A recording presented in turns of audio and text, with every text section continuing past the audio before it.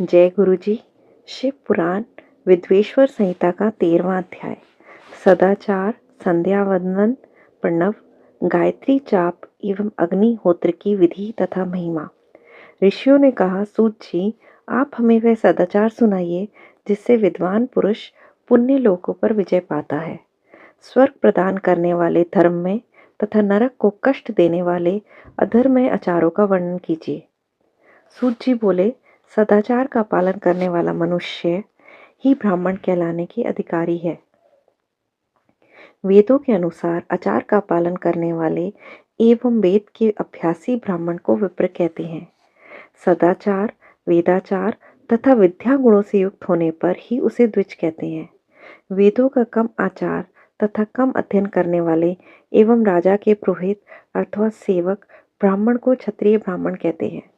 जो ब्राह्मण ऋषि या वाणिज्य कर्म करने वाला है तथा ब्राह्मणोचित आचार का पालन करता है, वह वैश्य ब्राह्मण है तथा स्वयं खेत जोतने वाला शूद्र ब्राह्मण कहलाता है। जो दूसरों के दोष देखने वाला तथा परद्रोही है, उन्हें चांडाल द्विज कहते हैं। क्षत्रियों में जो पृथ्वी का पालन करता है, वह राजा है तथा मनुष्य राजत्वहीन क्षत्रिय माने जाते हैं। जो धान्य आदि वस्तुओं का क्रय विक्रय करता है, वह वैश्य कहलाता है। दूसरों को वाणी कहते हैं। जो ब्राह्मणों, क्षत्रियों और वैश्यों की सेवा में लगा रहता है, शूद्र कहलाता है। जो शूद्र हल जोतता है, उसे वृषल समझना चाहिए। इन सभी वाणी के मनुष्य को चाहिए कि वे ब्रह्म मुहूर्त में उठकर पूर्व की ओर मुख करके देवताओं का, धर्म का, अर्थ का, उसकी प्राप्ति के लिए उठाए जाने वाले कलेशों का तथा आय व्यय का चिंतन करें। रात के अंतिम पहर में मध्य भाग में मनुष्य को उठकर मूल त्याग करना चाहिए। घर से बाहर शरीर को ढककर जाकर उत्तराभिमुख होकर मलमूत्र का त्याग करना चाहिए। जल, अग्नि, ब्राह्मण तथा देवताओं के स्थान बचाकर बैठें। उठने पर उस ओर न देखें। हाथ पैरों की शुद्धि करके 8 बार कुल्ला करें। किसी वृक्ष के पत्ते से दातुन करें। दातुन करते समय तर्जनी उंगली का उपयोग नहीं करें। तदंतर जल संबंधी देवताओं को नमस्कार कर मंत्र पाठ करते हुए जलाशय में स्नान करें। यदि कंठ तक या कमर तक पानी में खड़े होने की शक्ति ना हो तो घुटने तक जल में खड़े होकर ऊपर जल छिड़ककर मंत्रोच्चारण करते हुए स्नान का तर्पण करें। इसके उपरांत वस्त्र धारण कर उत्तरीय भी धारण करें। नदी अथवा तीर्थ में स्नान करने पर उतारे हुए वस्त्र वहां ना धोएं। उसे किसी कुएं, बावड़ी अथवा घर ले जाकर धोएं। कपड़ों को निचोड़ने से जो जल गिरता है, वह एक श्रेणी के पितरों की तृप्ति के लिए होता है। इसके बाद जाबली उपनिषद में बताए गए मंत्र से भस्म लेकर जलाएं। इस विधि से पालन करने से पूर्व यदि भस्म गिर जाए तो गिराने वाला मनुष्य नरक में जाता है। आपोहिष्ठा मंत्र से पाप शांति के लिए सिर पर जल छिड़ककर यस्य शरणाय मंत्र पढ़कर पैर पर जल छिड़के। आपोहिष्ठा में 3 ऋचाएं हैं। पहली ऋचा का पाठ कर पैर, मस्तक और हृदय में जल छिड़के। दूसरी ऋचा का पाठ कर मस्तक, हृदय और पैर पर जल छिड़के। तीसरी ऋचा का पाठ करके हृदय, मस्तक और पैर पर जल छिड़के। इस प्रकार के स्नान को मंत्र स्नान कहते हैं। किसी अपवित्र वस्तु से स्पर्श हो जाने पर, स्वास्थ्य ठीक न रहने पर, यात्रा में या जल उपलब्ध न होने की दशा में मंत्र स्नान करना चाहिए। प्रातः काल की संध्या उपासना में गायत्री मंत्र का जाप करके 3 बार सूर्य को अर्घ्य दे। मध्याह्न में गायत्री मंत्र का उच्चारण कर सूर्य को एक अर्घ्य देना चाहिए। सायं काल में पश्चिम की ओर मुख करके पृथ्वी पर ही सूर्य को अर्घ्य दे। सायं काल में सूर्यास्त से 2 घड़ी पहले की गई उपासना का कोई महत्व नहीं होता। ठीक समय पर संध्या करनी चाहिए। यदि संध्या उपासना के किए बिना एक दिन बीत जाए तो उसके प्रायश्चित हेतु अगली संध्या के समय 100 गायत्री मंत्र का जाप करें। 10 दिन छूटने पर 1 लाख तथा 1 माह छूटने पर अपना उपनयन संस्कार कराएं। अर्थ सिद्धि के लिए ईश, गौरी, कार्तिकेय, विष्णु, ब्रह्मा, चंद्रमा और यम व अन्य देवताओं का शुद्ध जल से तर्पण करें। तीर्थ के दक्षिण में, मंत्रालय में, देवालय में अथवा घर में आसन पर बैठकर अपनी बुद्धि को स्थिर कर देवताओं को नमस्कार कर प्रणव मंत्र का जाप करने के पश्चात गायत्री मंत्र का जाप करें। प्रणव के आ, उ और मा तीनों अक्षरों में जीव और ब्रह्मा की एकता का प्रतिपादन होता है। अतः प्रणव मंत्र का जाप करते हुए मन में ये भावना होनी चाहिए कि हम तीनों लोगों की सृष्टि करने वाला ब्रह्मा, पालन करने वाला विष्णु तथा संहार करने वाला रुद्र की उपासना कर रहे हैं। ये ब्रह्म स्वरूप ओंकार हमारी कामेंद्रियों, ज्ञानेंद्रियों, मन की वृत्तियों तथा बुद्धि वृत्तियों का सदा भोग और मोक्ष प्रदान करने वाले धर्म एवं ज्ञान की ओर प्रेरित करें।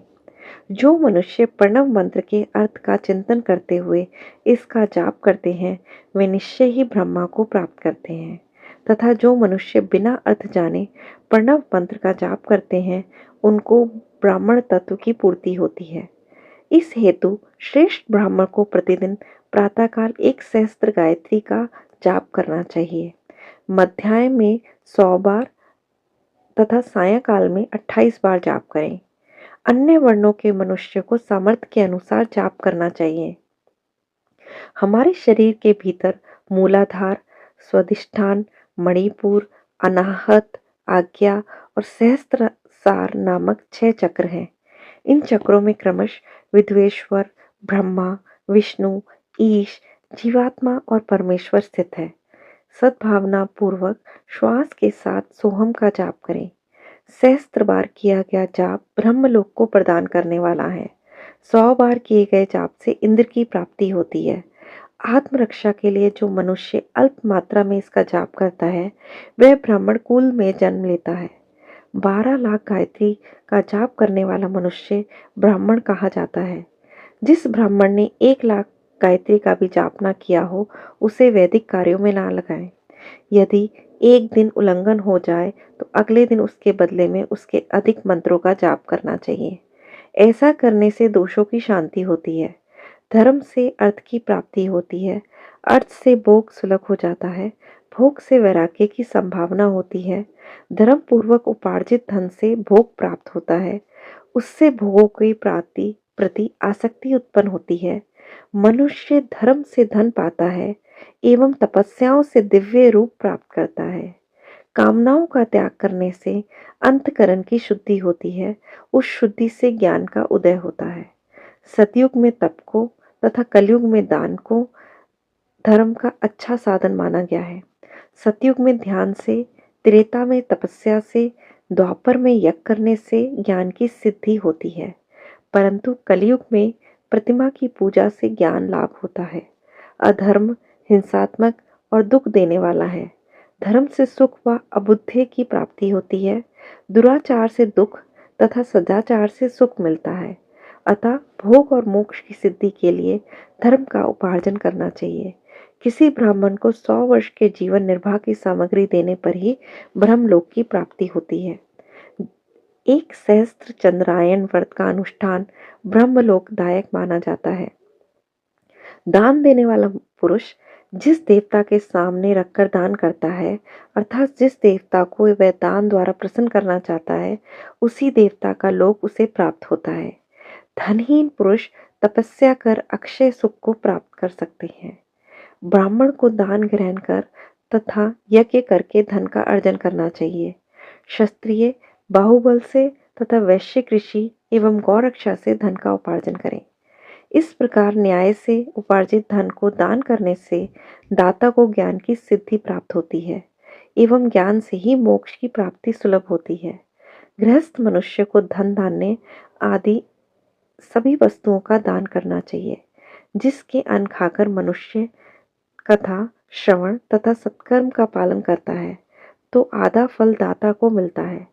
दान लेने वाले मनुष्य को दान में प्राप्त वस्तु का दान तथा तपस्या द्वारा पाप की शुद्धि करनी चाहिए। उसे अपने धन के 3 भाग करने चाहिए, एक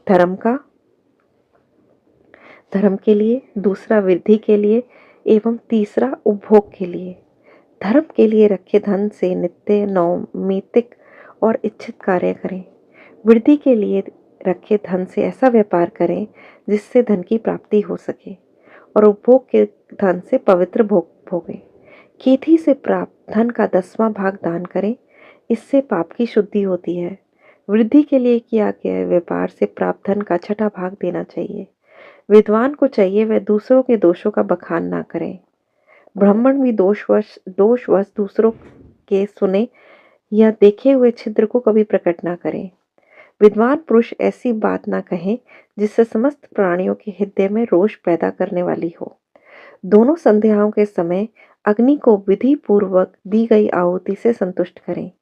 चावल, धान्य, घी, फल, कंद तथा आविष्य के द्वारा स्थाली पाक बनाएं तथा यथाचित रीति से सूर्य और अग्नि को अर्पित करें।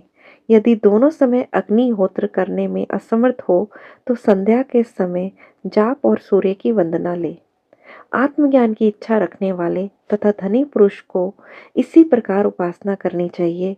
जो मनुष्य सदा ब्रह्म यज्ञ करते हैं, देवताओं की पूजा, अग्नि पूजा, गुरु पूजा प्रतिदिन करते हैं तथा ब्राह्मण को भोजन तथा दक्षिणा देते हैं, वह स्वर्ग लोक के भागी होते हैं।